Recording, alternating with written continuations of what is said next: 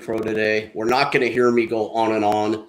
I guess we just went live. Now, here we are on. Rick Bassman here for Talking Tough. Not going to do my usual long intro today. I'm going to get to the guests really quickly. But there's one thing I want to say. It's this before I introduce the guests and tell you a little bit about them. And it's this. You know, I've got this nickname. A few people call me Little Big Man. And the little part is, I'm 5'4" and 135 pounds. And for years, for decades, people have asked me, man, Rick, how do you keep the biggest guys in the world that have the biggest personalities, in check and in control? And I'm like, guys, I don't try to control anybody. I don't ever want to control anybody. But it's just, there's a rapport. And a friendship, and something about it has always maybe made it look like control. Again, it's not my goal. The reason I bring this up is as follows. I have two of the biggest personalities in the world on the show today. I'm going to say their names. Don't bring them in just yet, John, because once we do, you're not going to hear another word out of me, I'm sure.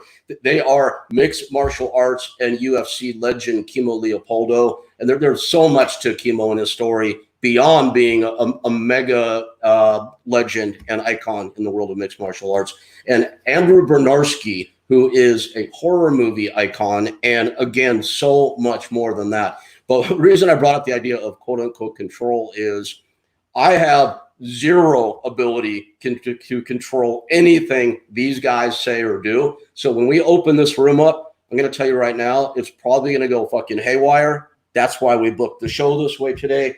So let's have some fun with that. Without further ado, two of my longtime friends, two guys I really admire, and just two larger-than-life crazy personalities, Andrew Bryniarski and Kimo Leopoldo. What's up, brother? Hey, what's happening? Hey, dog. Hell yeah, Andrew. What's up, Rick? Hey, Andrew, good to see you guys, man. Did you hear Rick's intro, Kimo? Yeah. But the thing is, I don't know what Kimo's personality is. I'm gonna have to go find it. No, man, you get that. He controls us without control.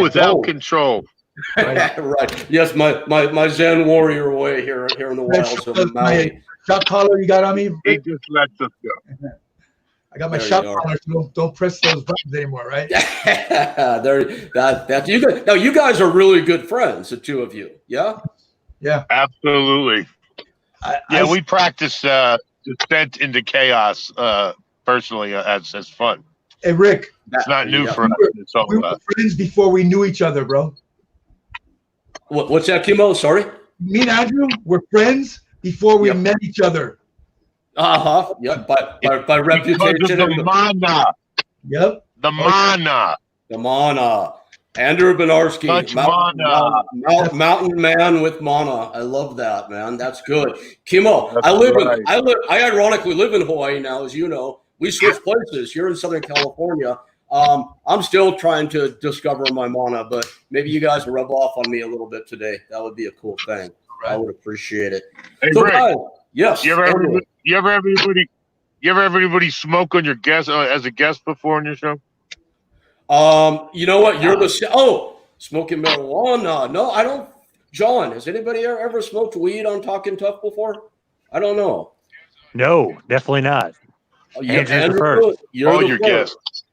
Now, last weekend, Boss Rutan was smoking a big cigar on the show, but you're the first with the ganja, my friend, and welcome to it. We love Boss. We love Boss, don't we, Kimo? All right. Those motorhead cigarettes. Dude, I don't know what that is. Hey, are you guys still hanging out at the Rainbow Room, or is Rainbow Room closed down right now? Nah, they're open, but they're this descent into chaos, as you labeled it. That's happening in America right now is kind of put a bummer on it. I don't like the rules. They're garbage. You know what's funny? And, Andrew, I will be doing my podcast from the Rainbow Room. Oh, you are? Oh, that's sweet. When are you starting? 2 or 3 weeks.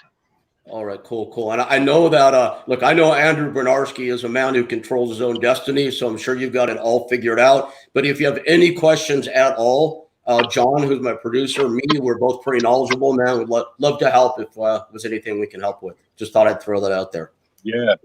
I haven't been pick better guests. I haven't been there in a while, Rick. I ain't seen you in a while, Andrew. I ain't been to Rainbow because of all this, whatever is going down. But I tell you what. Yeah, me neither. Place is magical, and I got some experiences in my memory from that place. Definitely. No doubt. No doubt. You and Ron Jeremy. I was in Los Angeles recently, guys, and it's like I don't really like to go out much these days, but I texted you guys because I was wondering if by chance you're at the Rainbow Room, because for some reason I like just have it in my mind that the only thing I want to do in LA now is go get a drink at the Rainbow Room with Andrew and Kimo. So with any luck,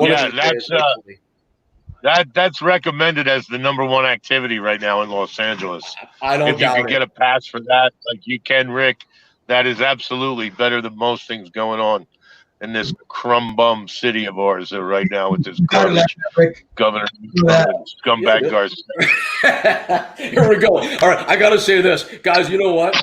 And John will back this up. I always do everything I can to avoid politics on this show, but fuck that. Let's do it today, man. I know you both. Politics. You doing politics now? Okay. I guess it is. It's unavoidable. Hey, look, this is the Andrew Bryniarski show today. So come on, no, it's cool. I'm just reacting. I mean it. I do. I'm just reacting to your comments. You want to keep this. We are in a retarded environment right now, and with the scamdemic and all. All right, so let me ask you this. It's not a lot of fun. I want to ask you about this, and John's not going to believe I'm doing this because, again, I always avoid it like the plague. But let me ask you straight up. So and I won't even tell you what side of it I'm on. I don't want to get into my deal. But do you definitely believe that this pandemic is not a real thing? It's a scam. All right. It's a scam. They invented a virus, but it's garbage. And this was their plan to destabilize America and the world. They want Governor Wolf in Pennsylvania, that scumbag. He wants he's got his transsexual health minister talking about kids' sports are going to have to wear masks now, and if they have breathing problems, that they shouldn't wear a mask. They're telling people at Gold's Gym out here, they're telling people if they have breathing problems, they shouldn't play sports. Gold's Gym out here now requires you to wear a mask when you're training, and they say if you have trouble breathing, go home. I mean, the evidence is pretty clear. Science speaks to the fact that this is a scam. Here's a mask. Here's a more important question. Garbage. All right. Here's a more important question. Do you still go to the gym? Dude, no, I haven't seen the inside of a gym in like 3 years. That's why Kimo clearly still goes to the gym. You can see that. You can't train. Hey, Rick. They're selling sports masks so you can rebreathe your CO2 and get a lung infection while you train. Fucking garbage. People telling me something or is secondhand, whatever. I like to go off firsthand what I experience, to get my facts from. And here's an example. I do go to the gym. I'm not going to name the name because there's an inconsistency.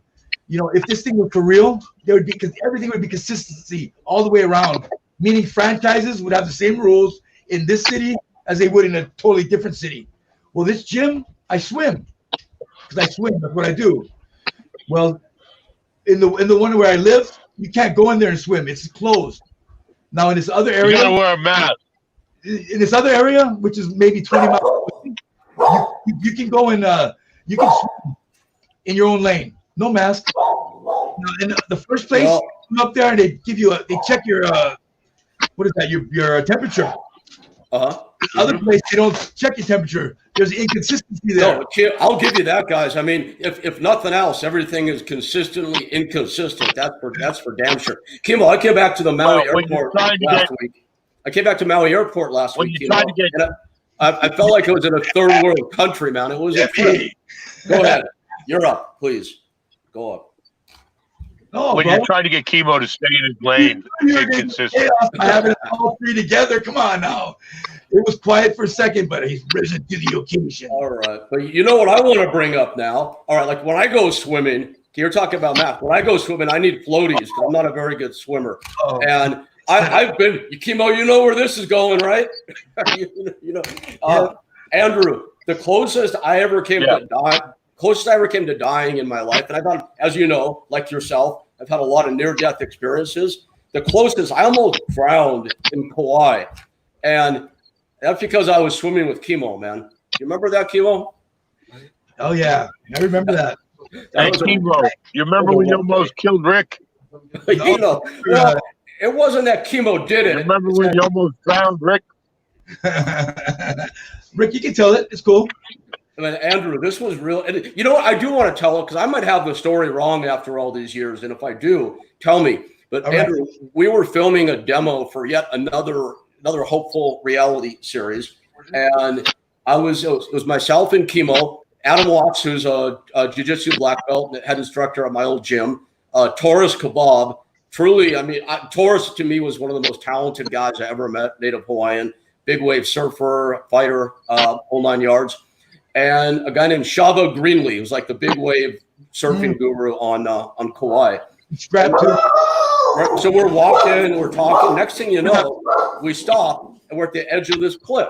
And this cliff was, Kimo, I'm probably exaggerating after all these years, but I want to say we're 60 or 70 feet over the water. Does that sound about right?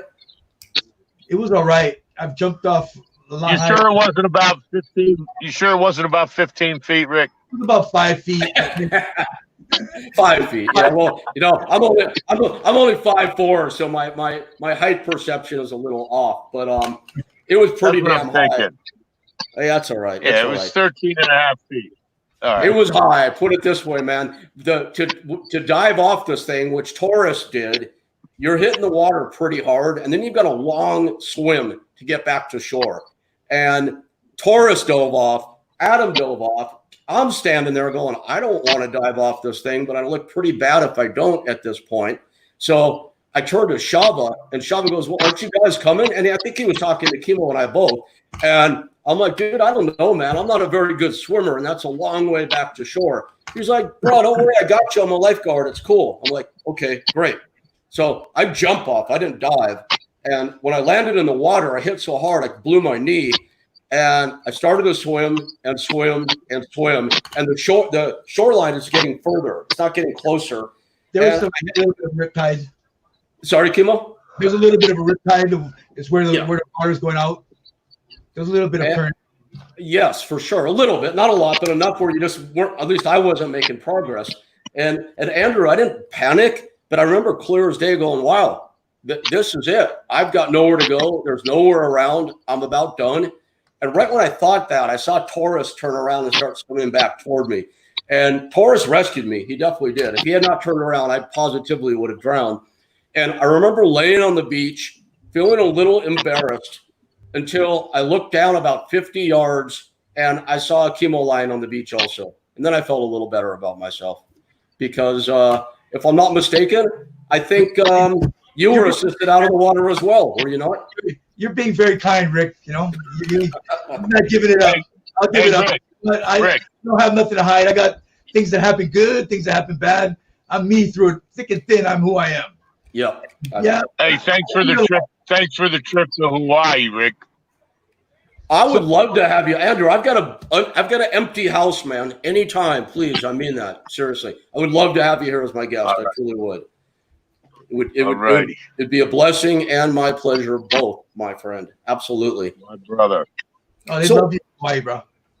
What are you guys up to in life now? I know you always have a lot of interesting projects, and life I know is interesting for you guys. What's going on in your worlds? You first. Well, I'm doing my podcast. It's called Place at the Table with Andrew Bryniarski. I'm starting in a few weeks, and it should be a lot of fun. Other than that, raising my daughter, living in the mountains, having a good time. Ignoring society and its garbage. So you live pretty isolated, right? Yeah, I mean, the lockdown didn't really affect me too much. I'm pretty much up in the mountain community, small Yeah. town, lots of nature, Yeah. and it's better than dealing with this bullshit in the fucking city right now. No, man, I couldn't agree with you. I live really isolated. You can't even see a neighbor from where I live, and it's like I like to say, I've been isolated before this. It makes being isolated almost like socially acceptable or cool. So all good by me, man. Yeah, my neighbor is a 19,000 acre state park. Nice. That's a good way to live, man. Yeah, Beautiful. Well, not bad. on your podcast, are you going to have guests, or what's the format? Have you worked that out yet? Yeah, we're gonna have guests. I have some special treats. We're trying to get James Woods right now, and I've got some cast of characters. My boy Black Metal Omar, who is going to come on to discuss Black Lives Matter with me.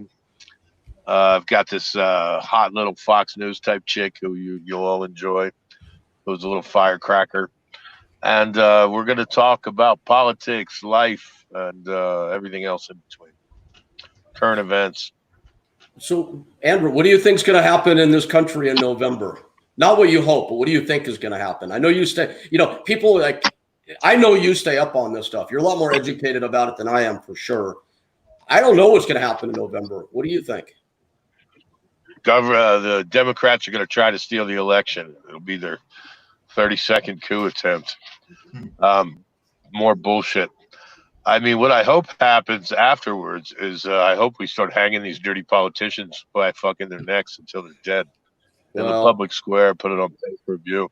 Yeah. I mean, I'd like to see some American patriots exercise their constitutional right to armed insurrection against tyrannical governors, which I think are the biggest problem in this country right now. They basically bought and sold America for their own cause, for their own wealth. And in the Constitution, it says that you must overthrow tyrannical governments by force. So it's not something one person can do, but I'd love to see a bunch of armed patriots form a militia and take some of these governors down and throw them out of town. So if that were to happen, not against the law. I think that's the way you prevent civil war, which is what they're trying to do in this country. You remove the instigating forces, which is the deep state and the Democrats and everybody who profits on the selling of America and destroying our great nation. Okay, here's what I don't understand, and I'm not being sarcastic. I really want to know. What I think is Trump will still be our president. Okay, fair enough. So here's a question that I truly don't understand, and if you would give me your take on it, I would appreciate it. So you're saying that there's a tyrannical government led by the Democrats, yet the Republicans still oppress the people. No, fair enough. I understand. Yeah, well, but how are the Democrats? Legally, it's hard enough. Well, let me just ask this question, and I'll get it out. Then I'll shut up. If the Democrats are doing that, how do they have the power to do that if they're not holding the top offices federally and if they're not controlling the Senate? You're saying it's state by state? I just want to make sure I understand. Well, yeah. Look at the tyrannical government who opposes the people, who oppresses the people. Look at Governor Newsom, gruesome Newsom. Look at what he's doing. He's trying to destroy the way of life in California, destroy the economy. He's taking away our personal liberties and freedoms. They try to pose themselves as if this is law. This is not law. You talk about the House and the Senate. None of this is ratified law. This is all bullshit. This is him trying to do a power grab and oppress the people, which the Constitution expressly forbids. When the Constitution is ignored, we have problems. And the Constitution says that when an elected official, when a governor, or when a leader who's elected by the people for the people to respect and obey and serve the demands and the needs of the people. Instead, when they become oppressive and tyrannical, they need to be removed, if necessary, by force. Hey, that's a duty. That's your duty as an American in the Constitution. The art of war too. The ultimate victory without conflict. They got us doing things without even touching us. People are giving in to exactly. I mean, they know they got a whole set of Come on here, man. All right, so guys, a question, and this is probably like politics for dummies question. Me being the dummy, because I truly don't have answers for this stuff, and I won't. I'm not saying I'm Republican, Democrat, in between, whatever. Forget what position I'm coming from. Let's say I don't have one. What I'm trying to understand, there's a lot of reference to the word they, and to my understanding, again, I'm a neophyte, man. I don't get this shit. If the federal government right now is for the ostensibly Republican controlled, and if the Senate is, who is they that has the ability to execute all the power? Here's the deal, Rick. Yep. You have these Democratic governors that are elected in these pussified states, and basically they control the state. You have the federal government. It's hard for Trump to remove House of Representatives, legally. It's a lot harder for them to remove governors and members of the House without backlash. It's not the way that things are normally done. It's the constitutional duty, though, of Americans to remove oppressive regimes. And I think Trump would actually support that if the people were to remove some of these governors. And as far as the House goes, term limits is probably a more sensible way to deal with that. Yeah, fair enough. People like that Pelosi, who's been in office for so many years. You have these people making, it's not the billionaire president who sacrifices his salary and becomes unpopular that you should worry about. You have to worry about the politician who becomes a multimillionaire in office. Okay. Let me ask you guys a personal question kind of related to all this. So let's say that everything blew up and anarchy or rebellion took hold. Andrew, would you come down? It's not anarchy. No, okay. It's not anarchy. What's the word then? Of anarchy. Anarchy is what Antifa and these bullshit Democrats are pushing, because they basically sold America to the highest bidder and are trying to destroy America. They want to dismantle America, and they want a new world order, and they want, one world government. It's no fucking secret. So it's about money, dirty money. All right. So rebellion Personal takes hold. Whatever word we would label it. Here's the personal question I have for you, and for Kimo also. Rebellion takes hold. Let's call it draining the swamp. Okay. Draining the swamp takes hold. Do you come off the mountain to participate, or do you stay where you are? Boy, I mean, if I did participate, they'd be hoping I wear a mask. I mean, good thing I don't. So if I did, they might know it's me. But one person can't do this. You go after the governor with one person, and you're in trouble. You're going to jail. You go after the governor with a militia, and you remove him from office as a patriot, and that's a different story. But it hasn't been tried. But I think the alternative is civil war, and I don't think anybody wants that. Americans are being divided and used as pawns against each other, and it's a shame. Bunch of hypocrites. Out there. But it can't continue. It can't continue indefinitely the way it's going. So something's going to happen, and that's my 2 cents. That's my bet. When you got a question, I'd personally like to see armed insurrection against these governors than I would a civil war. Kimo? Which I think that would. It's just when you got things that if the government did this, for example, vaccines. Is there something in the vaccine or not? You shouldn't question it. You shouldn't question the motive when they do something. Yeah.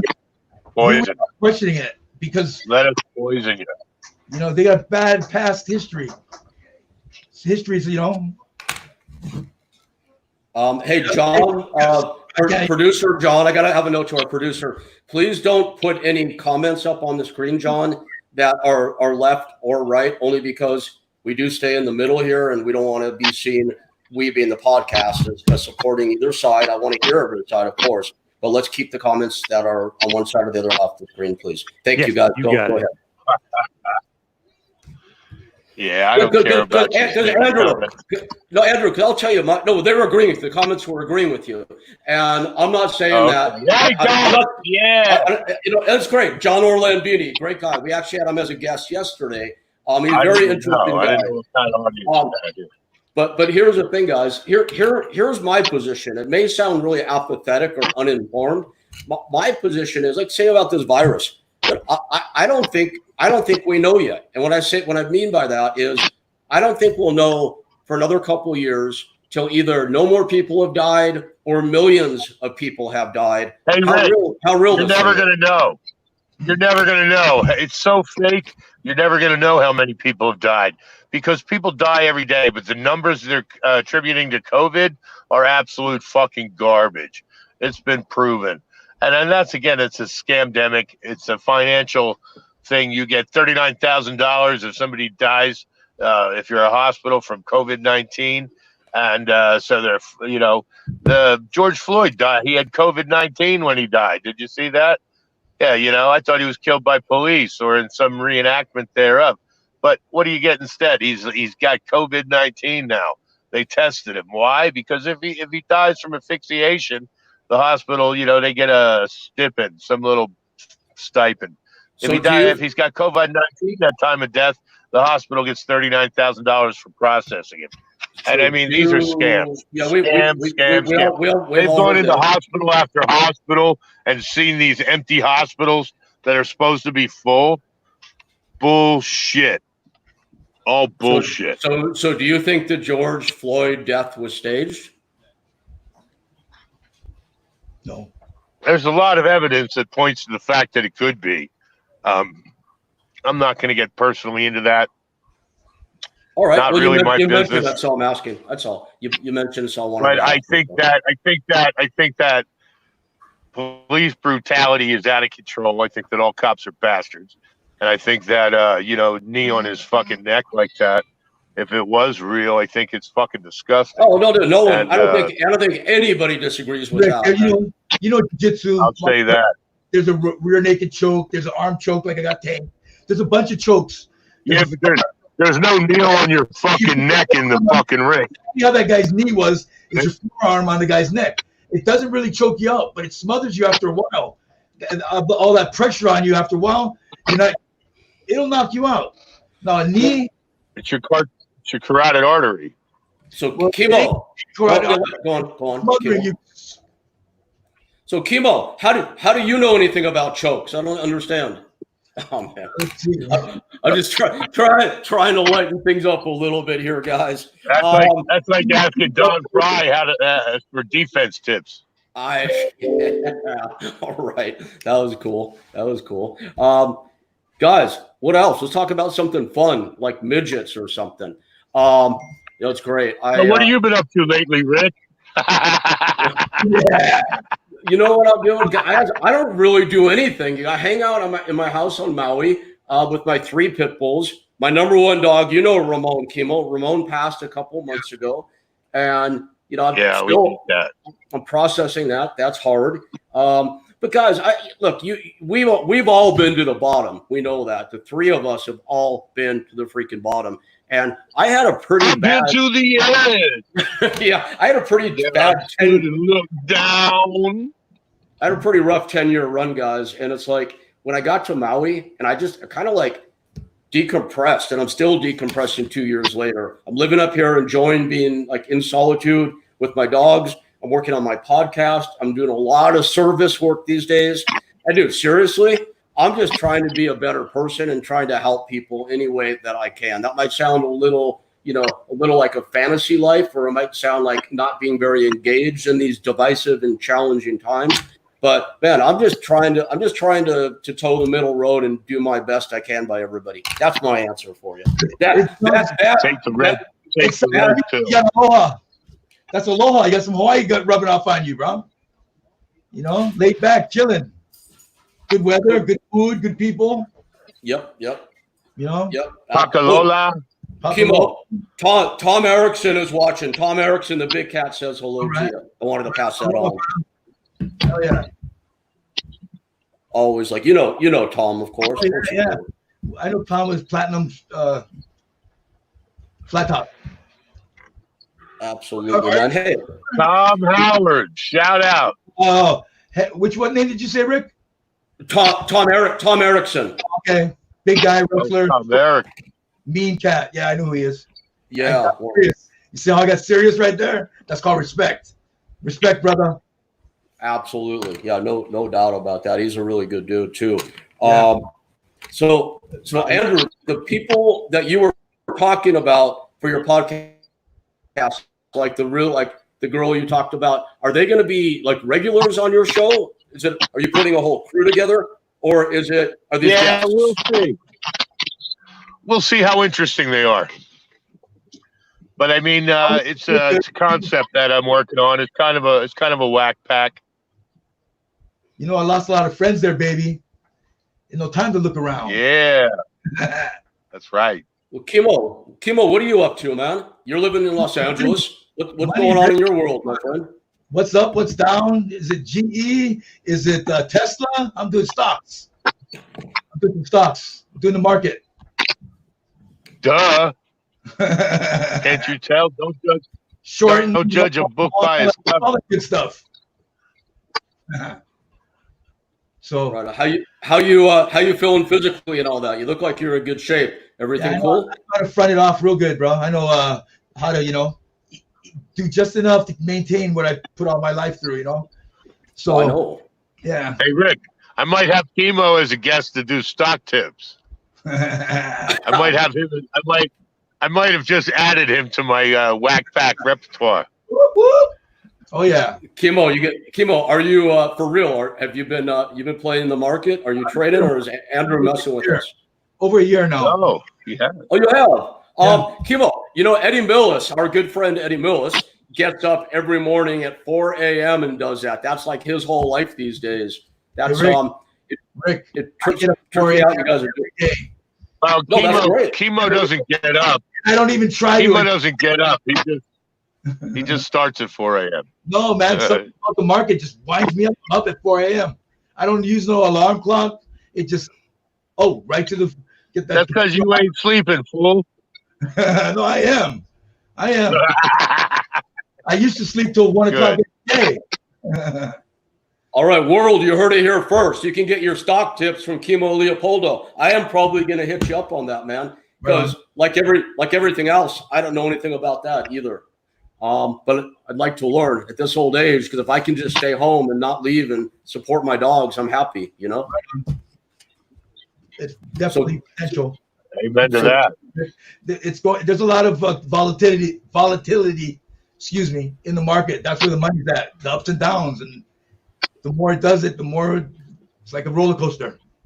And are you doing well? You doing well with the market? It's a daily thing, though. I might be in a bad mood. I didn't do well that day. I did all right today. But overall, yeah, I'm still going like this. I've had some downs, but I'm on up, still up. All right, man. So if people watching this right now, like myself, are going, that's cool. How do I get started? What do you tell someone that's never done it before? What's the first thing they should do? Take it easy, take a deep breath, and go and learn a little bit first. Learn the terminology, vocabulary on the market.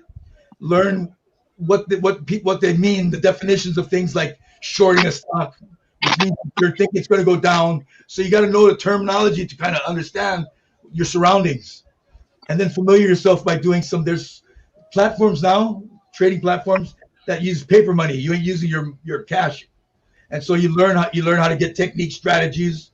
You learn to see how the market moves, and you get yourself familiar with it. You don't just go into cold turkey. All right, fair enough. And so that's how you got started then, yes? I got a friend. And what would I like? Is there a place I could go online to like do that first part of research? Yeah, where would I start there? You could go onto YouTube, or you can go onto platforms like Ameritrade, Webull. All of those have like I said, paper platforms, so you can practice doing options, which is, it's very sophisticated out there, bro. Yeah, I doubt much I get. That's interesting. Thank you for that, man. I appreciate it. And Andrew, what are you doing? What are you doing to support the doggies, man? Are you making movies, TV shows? What's going on? Oh, I'm just doing my thing. I this year was kind of thrown into chaos with all this COVID garbage. Lost a lot of money, but it's only money. I'm not too worried about it. I'm enjoying life. Good, good. I'm glad to hear that, man. Do you is life enjoyable for you on the day in and the day out? You feel good every day when you wake up? Every fucking day. You got a nice every day. You got a nice pad, a lot of room. Yeah, no, I feel the same way now, but it took me a long time to get there, Andrew, man. You know, from not waking up and you know, thinking that everything's a panic from the moment you start the day. I mean, I'm sure you're familiar with that feeling. Maybe you're not. I don't know. No, but, I've never panicked a day in my life. All right. Well, good. That's a blessing, man. That's a blessing for sure. Don't panic. That's good advice. Because what does it get you? Nothing. That's for damn sure. Anxiety. Oh, sorry, G Money. Get you anxiety. G Money right here. Who's that, Kimo? That's G Money, my friend dog.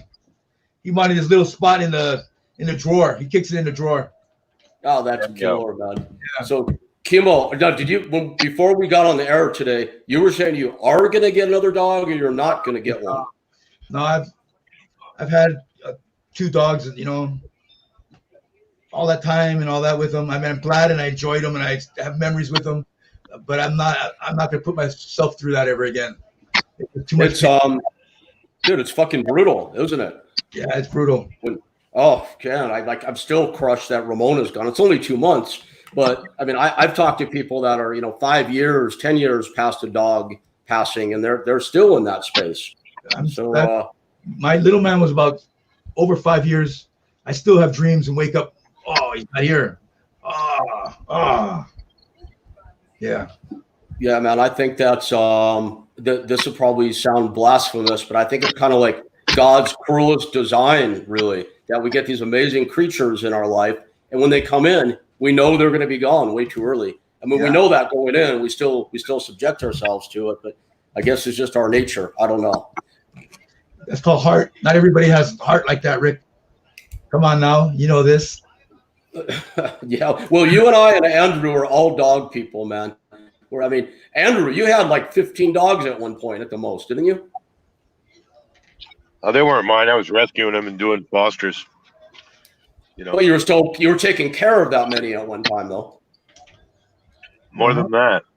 All right. Yeah. All right. Hey, have either of you guys, Kimo, you ever been up to Linda Blair's place? No, I never made it there. Okay, man. If you ever want to go, let me know. I'm surprised because she's such a warm and welcoming person. Linda's awesome, man. Come on, she can be a little out there, but Linda's good people. And she's one of my best friends. She truly is. I know what you're talking about. I get it, but I love her, and I love that she's taking care of that many dogs at one time.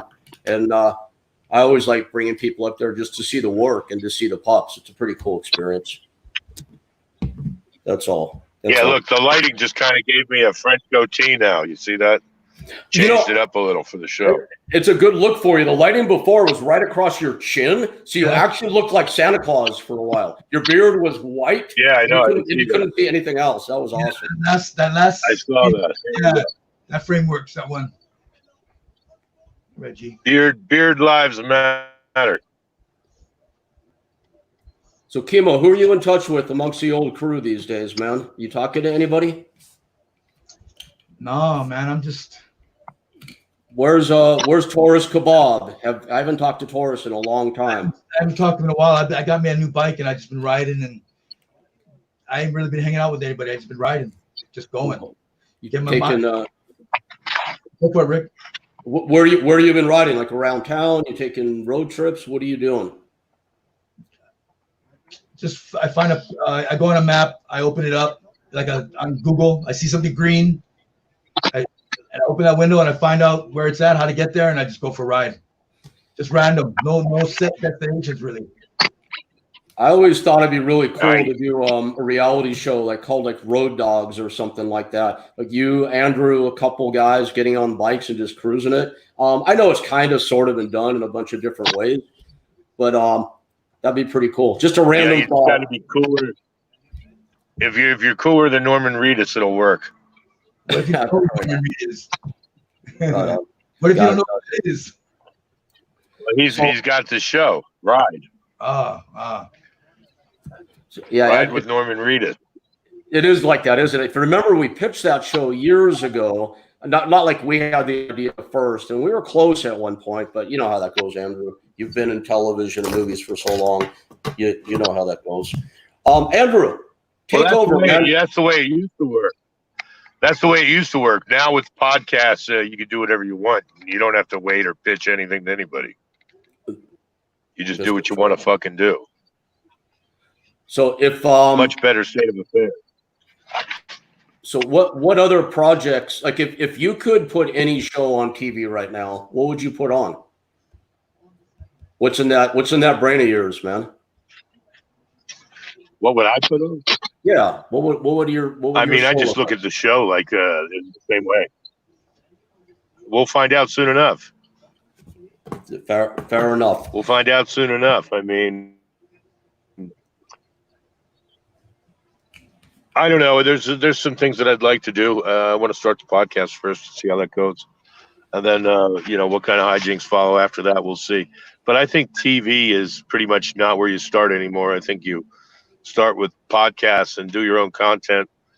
Then there's you can put it up on YouTube, and there's other ways to go. YouTube Red. There's other different ways to market it. But you take a guy like Action Bronson, who he's got that show Fuck That's Delicious, which is basically him and a bunch of fat friends smoking pot and eating food. And they put it on YouTube, and it got picked up by Vice Network because there's more and more networks that'll buy content for their network that is already established and produced and on air and available. So I think there's no reason to wait to do these things anymore. You just go ahead and if you believe in it, you do it. And then, you might end up on TV. Yeah, build that all-important social media following, and next thing you know, you watch TV, Andrew? That's right. Andrew, you watch TV? I watch History Network and shit like that. I watch Pawn Stars, Ancient Aliens, fucking great show. I watch things that interest me. Usually history. I don't watch a lot of dumb shit. So you watch ABC or NBC or Channel 11? History Channel, Nat Geo. Right on. Sometimes I watch Vice. I'll watch 2 Chainz. I do strictly YouTube. That's it. I don't watch no TV, no television. I'm strictly on YouTube. Yeah, Kimo, we're up. We're way up on Olinda in Upper Makawile, and we don't even have the opportunity to have cable here, which is fine by me. I haven't. It doesn't exist up here, so that's great. What about how's your internet connection up there? There's no internet. There's only one company on the island that does internet. I forget the name of it. I don't have it, obviously, because they also don't service up here. So I work my email off my mobile hotspot. So as long as your mobile connection is good, you can do that. But that's pretty much your option, which is fine. I'm glad not to have a remote control and a whole bunch of channels to surf around and watch dumb shit like Andrew said. Because it's a waste of time and brain space, if you ask me.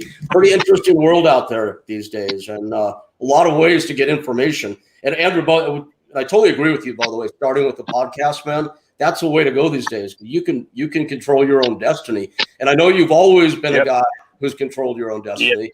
And this is probably the best opportunity in history, in the entertainment industry, certainly, to create your own product and call your own shots. So I'm legitimately looking forward to whatever craziness 100% or sanity is going to ensue on your show. That'll be pretty cool. And it's sanity disguised as insanity. Fair enough. That's a good tagline. It's sanity. It's only disguised as insanity. Yeah. in a crazy world, you just got to keep it fucking real, Rick. Yep. What's real now, man? It's hard to find out. It's hard to know what's real not nowadays. You know what's real, Kimo. I know it's real because I test it. I taste it. I'll bite it. Yeah, that's right. All right. So Kimo, on the subject of keeping it real. So there's people out there, that look up to you as obviously one of the best known MMA icons of all time. So there's a lot of idolization or even worship, if you want to call it that. Let's say there's a young person out there watching you right now, and this person is just lost because of all the shit that's happening in society. You're breaking up, Rick. Uh-oh, Kimo, did you get that? I can't hear you. Oh no, I had the deep heavy you broke question up, for Rick. you. All right, Kimo, what would you tell somebody out there, young person in their early 20s, who has no direction right now? They're looking up to you as they idolize you. They know who you are. You're doing well. This person doesn't know what they're doing tomorrow. What word of advice would you give anybody about keeping it real or keeping their shit together in these times? People are people. People have good days. People have bad days. Some things they do is put value on it. Some things they do don't have value on it. Don't look to a person for maybe you get parts of them, but not as a whole. And not test it, but experience it. Don't go by hearsay. Go by experience. No. One day at a time. One day at a time. One day at a time. That's for sure. It's always a fresh day. Attitude. Start with attitude. Pick an attitude. Yeah. You're either going to be depressed or you're going to suck or you're going to have a positive outlook. Then you wake up, you open your eyes, you look in front of you, you get ideas in your head, you sleep on them. Then you go out into the world and you see what it has for you, you see what's up, what's doing, and then you go and you get yours. That's how it goes. Just live. And you be happy. Do what makes you happy. Yep. That's something we can all agree on, man. This is not a dress rehearsal. Don't wait. Yep. No, that's great advice. We can all agree on that. It's a choice. People that think too much and don't do, there's only so much you're going to be able to do looking out the front door to know about the world. Until you leave the house and you take a few steps and you walk a little bit, you're not going to know what the fuck's out there for you. Nope. You can only see so far from where you're standing. So you got to get up and you got to move something. You got to go and find it. Get it. Then be tenacious. Well, good, man. I appreciate you both. Thank you for that. And we're at an hour. I don't usually like to impact people for any more than that. I always want to ask John, who's a great producer. 47 minutes. I've got 55. 47 minutes of fun. Oh, right up there live. You were right. I was looking at the 4 o'clock hour. We started a little late, didn't we? You're right. You're right. You tried to give us the boot, huh, Rick? Hell no, man. Andrew, I can listen to you all day. Lay the boots in. Why you gotta lay the boots into us early, Rick? Andrew Bryniarski, I listen to you all day and often have, man. So it is my it's my privilege and pleasure. John, do you have any questions for Andrew and for Kimo? Well, throw it out, man. John's got a bunch of his own podcasts, Andrew. Very good producer and interviewer. So John, go. Andrew, you were a trained professional wrestler. Why did Rick kick you out of the school UPW? Oh God, nice. Kick me out? I didn't know I was kicked out. That's what he said. John likes to create controversy, man. And I don't know about that. I'll tell you, I went to Connecticut.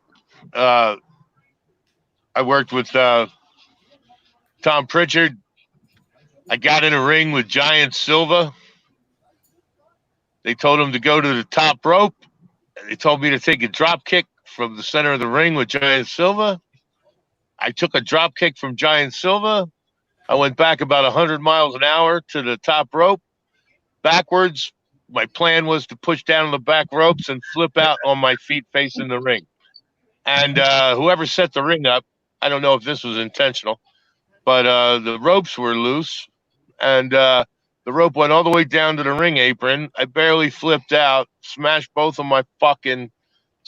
head and both of my shins at once. And it was not a lot of fun. I ended up looking at the ring, I saw Taz and I saw Giant Silva, and I had no idea what was going on. I was like, "Oh, a wrestling ring." I like that. My plan. That's interesting. Andrew, And then I went to the hospital, got some pain pills, and which were confiscated by members of staff for their own personal use. right. And let's just say, I think that was my last foray into professional wrestling. Andrew, I have never heard that story before. I did not know that, man. That's fucking crazy. Wow. I remember you going back east. I remember that. I don't remember. Yeah, you were a beast, man. No doubt about it. I mean, I'm lucky I remember it. That is crazy. A Giant Silva drop kick from the top. Holy shit. That just sounds like a whole badly conceived idea from the get-go. I was game, but it was not my day. That's a horrible idea. Horrible idea. Man. Wow. And I don't know how the ropes could have been that loose unless it was intentional. I had a similar fucked up experience with WCW. They didn't want to book. They wanted to book me. Paul Orndorff was a fucking piece of shit, and they fucked me over there too. With by the time I got taped, I had to do like 10,000 fucking Hindu squats for a week before they wanted to tape my match with somebody that was completely green, never been in a ring in their life, never tied up. It was a fuck fest, and those ropes being loose at WWE headquarters and going all the way down to the floor, that's a little fucked up too. And Dude, some things aren't meant to be. What happened with Orndorff? No I actually almost got in a fight with Paul Orndorff in a dressing room in New York. Paul Orndorff was like, I looked up to Paul Orndorff. I became quite the muscular guy, and Paul Orndorff, when I was a kid, he was one of the few guys with a physique, and who I admired. And he was just the biggest piece of fucking shit. He didn't like that Kevin Nash was sending me to be booked, and with Terry Taylor's support, and I ended up in a bunch of politics with Paul Orndorff, who was trying to push his own agenda, but have his own guys booked, and total sabotage, total piece of shit. And it left. I called him out, told him he wanted to step outside. I was going to fucking rearrange his face. Piece of shit. Listen, Orndorff, I had a similar situation with him, man. That's trippy. I had no idea, man. I'm glad. Wonderful, Mr. Cocksucker. Right. Man. John, ask another question. Look what can of worms you opened. This is awesome. What else you got? Well, that's how I got kicked out. That's how I got kicked out of wrestling. Well, what about Kimo? You and Ken Shamrock. Kimo, how'd you get kicked out of UPW? I plead the fifth. I was going to ask Kimo, what was the feud with Ken Shamrock? Was that legit feud for all those years, or was that a little bit played up for pay-per-view? The beef with Shamrock it wasn't towards him. It was the fact he stopped the fight so fast. Like, it just still bothers me, man. Nothing personal with Shamrock. Nothing personal. From all the guys that you fought throughout your career. Man, bro, I mean, I fell on. I got caught with something. I fell on my butt, but as soon as I fell on my ass, I got right back up, and I'm engaged going towards them, and they stopped the fight. I mean, I thought this was like Ultimate Fighting. You're supposed to get hit, let him get hit a couple times. Where's asleep, and he's bouncing off the. They stop it, but I mean, come on, the guy's going towards him. He's totally. I mean, coherent. Everything in my brain was going good, except for they stopped the fight, and I'm walking towards him. He's backing up. I mean, that bugs me. Hey, they like to fuck your fights, didn't they, Kimo?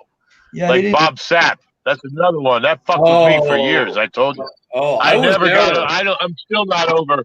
I'm still not over how they fucking the bullshit on that. That really is some bullshit. That was really. I was there, Andrew. I was there for that one. And Kimo will tell you what that was. That was the Japanese, in their infinite. They had a guy. They had a guy in the ring, for God's sake. Fight's over, you know? Yeah, and Kimo's fucking standing there. And next thing you know, the guy leaves. Kimo gets sucker punched. Yeah. And they count him out. That's and I'm like, what the fuck? I like to. Guys in the ring. The guy had his corner in the ring, motherfuckers. No rules, that's the end of the fight. No time limit, no weight classes. Anything goes. That way there's no oops. Oops. How the hell are you going to have an oops in a fight? You know what I'm saying? Oops. Stop the fight. Oops. I did it again. You know how we do it, bro. Come on now. Taking away. That's who won. The other guy lost. What the hell was Bam? What the hell was Bam Bam Bigelow thinking getting into a fight with you? What the hell was that all about? He wanted to know, I guess. I guess he wanted to know. He was supposed to be a badass. They said he was a badass. Yeah. I guess he needed to prove it. Find out. It was a good day for me. Bam Bam got Bigelow. That was a good one. John, anything else, man? The Sakuraba Kimo, fight. would you consider fighting? Sakuraba. When I fought in Japan, yes, they always try to come up with rules to make the fight last longer. Like when I fought Sakuraba, I wasn't allowed to punch his face on the ground, which in a term of me mounting him would mean I couldn't punch him in the face if I mounted him, which would make the fight last longer. But I always would say headbutts allowed, because if you grab my hands, I still get him with my head.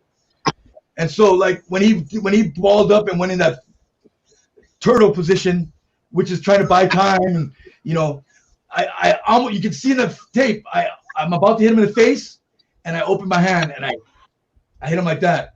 That fight is when it was a whole different meaning. K-Dog. No longer did I K-Dog. remembered fights. It made me I don't even know the word for it right now, but it enlightened me. It enlightened me, and it just that rule did. Until then, there was no rules. That rule was the first time the rule caught me right when I was nailing it. Rule. Oh. So I don't like rules. K-Dog. I don't like to be stopped. Kimo. Yes, Andrew, brother. Who would win a fight? Who would win a fight? Bam Bam Bigelow or Deuce Bigelow? I'm calling Deuce Bigelow. I do. I would just based on that. Based on that fight he had in the yard in prison. I mean, took out Big Rasta. Yeah. Definitely tougher guy, Deuce Bigelow. Yeah. Plus, he's a male gigolo. You got to give him some love. Gotta give him props for that, no doubt about it. Yeah. Well, on that note, Rick Bassman, male gigolo. What about that as a topic? No, you know what, man? That phase of my life is over, thankfully. I don't think I got the goods anymore, man. But I did that. I did the all midget version of Thunder from Down Under for a while. It was fun while it lasted. Now it's over. But thanks for bringing it up. I appreciate it. Hey, Rick, I don't want to let people down, and I want to continue, to pique interest in your podcast. I want to know: are you ever going to have a podcast about Mark Kerr grabbing balls under the table at Benihana? I don't remember that. I have Mark. By the way, Mark's wife is watching, and she said hello to you guys. That's awesome. Hey, Dawn, how are you? Awesome. I don't know about that story. I'm not saying it didn't happen. I'll ask Mark next time I talk with him. Absolutely. Right. Now we've got subject matter for my next discussion with Mark. It was a sports bar, actually. Maybe it's from a wrestling background. Maybe it's a legitimate hold, Andrew. I don't know, but I will ask Mark that you wanted to know. It's a type of chokehold. Hey, that'll be choke the balls. Well, John, choke the balls and stroke the shaft. Don, if you're still watching and you're with Mark, why don't you ask him, put the comment up? Well, we can say we can answer Andrew's question here. Yeah. All right, you guys, man. I was watching Don Fry. I was watching our boy Don Fry with that fight against the Rod Stewart haircut guy again today. That was some fucking slugfest. Wait. Oh, with Takayama you're talking about? Yeah. What a fucking fun little dance. I fought Takayama. I do know you fought Takayama, of course. He made a rule. I It couldn't just came up. It just came up. That's why I thought of it. face, so I open palmed him to the face. But yet he fought. Kimo, you fought a lot of big bastards. He fought me first before he fought Fry. Maybe it was from fighting me. I don't know. But he made that rule where he couldn't punch him to the face. But he fought Fry all the way, anything goes. Boom, boom, boom. So, Or did he get punched in the face? oh yeah. Yeah, that was pretty brutal. Kimo's always managed to draw the big guys, though. You're right. I remember we went to Hawaii together that time, Kimo, when you fought. Remember that guy Marcus Royster? Oh yeah. That was probably the biggest fighter I'd ever seen at that point in my life, man. I know. You won that fight, of course. You wore the guy down. It was masterful. Like, what's it like when you first get in against a guy like that and you don't know anything about him? So I'm guessing you probably didn't know about him. I didn't know. I knew he was big. I knew he's a puncher, kicker, whatever, and that he's strong. That's all I needed to know. Except for he's a lot better than I prejudged or had preconceived ideas. I didn't even know who I was fighting until I saw him when we were in Hawaii. I didn't see no pictures before or anything like that. I remember. None of us knew anything about the guy, other than he was just a giant humanoid. But you know what I do remember? That you took us over afterward to meet Uncle Eddie on the North Shore, which I have to thank you for still after all these years. That was really cool. Still friends with those guys to this day, which is a nice thing. The Hui clothing, man. Shout out right there. Uncle Eddie there. Shout out to Uncle Eddie, man. All right, guys, I'm going to let you all go. It's really good to see both of you. And I owe you guys a drink at the Rainbow Room next time in LA, or drink or 3 or 5 or whatever. All right. All right, it's on. Thank you, Andrew. Kimo. Thank you, Kimo. Very good to see you guys. Kimo, much love. Thanks for having us, Rick. Thank you, Andrew. Really good to see you, man. Take care, guys. All right. John, are you still there? I am still here. I truly do love both of those guys. I knew it was going to be a bit crazy, and it was, but I thought that was fun, man. I don't have my normal post-show questions for you. I'm glad we got through it. I'm really glad we got Andrew and Kimo on. Thank you for making it happen, John Pozorowski of the Two-Man Power Trip. Thank you very much, Kimo Leopoldo. Thank you, Andrew Bryniarski. Thank you to the many that are out there watching. I always appreciate your support. Rick Bassman here on Thursday afternoon, Maui time, signing off for Talking Tough. Have a great night, everybody.